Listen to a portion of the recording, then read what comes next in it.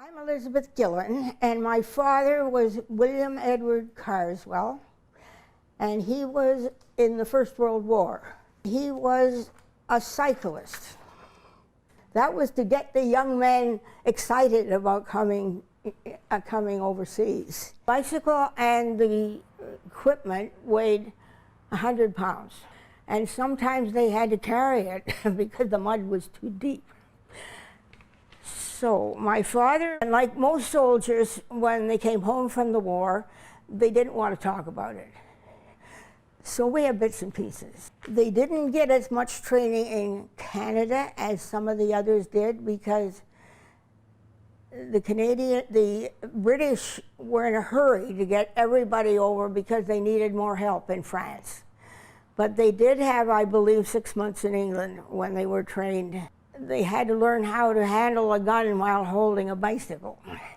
They had to learn espionage and all sorts of things. And they had to learn to shoot, which I'm sure my father had no idea how to do.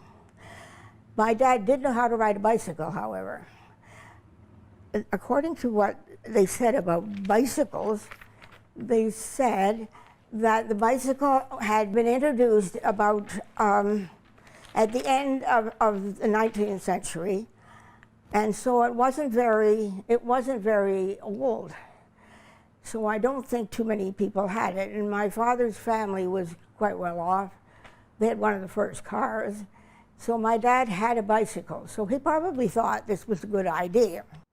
And whatever battle it was, there was a big one at Vimy when they were making a big push to get up the hill. And there was a whole contingent of Canadians at that. So it could have been Vimy. Anyhow, he left off and went off on his bicycle. And when he came back, most of his company had been killed. So he said that he'd been very lucky. They were asked to do all sorts of things.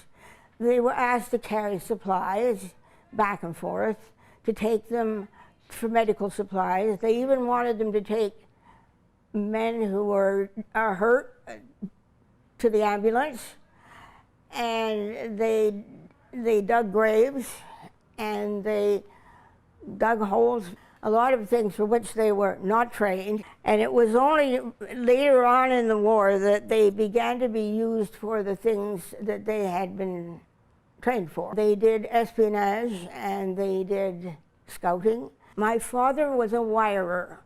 Well, I hadn't any idea what that was.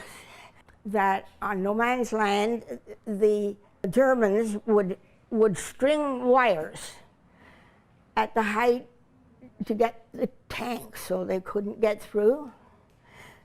So Dad was expected to go onto no man's land at night, I assume, and cut the wires.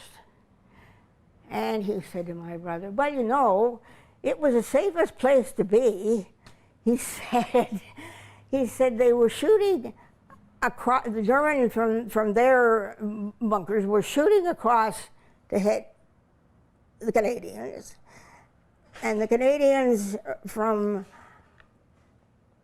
the trenches were shooting across to hit the Germans. So unless somebody made a mistake, the bullets went right over your head.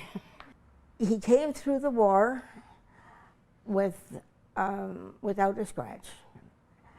His best friend, they went to Malvern Collegiate, the two of them. He was killed right at the beginning when they got off the ship.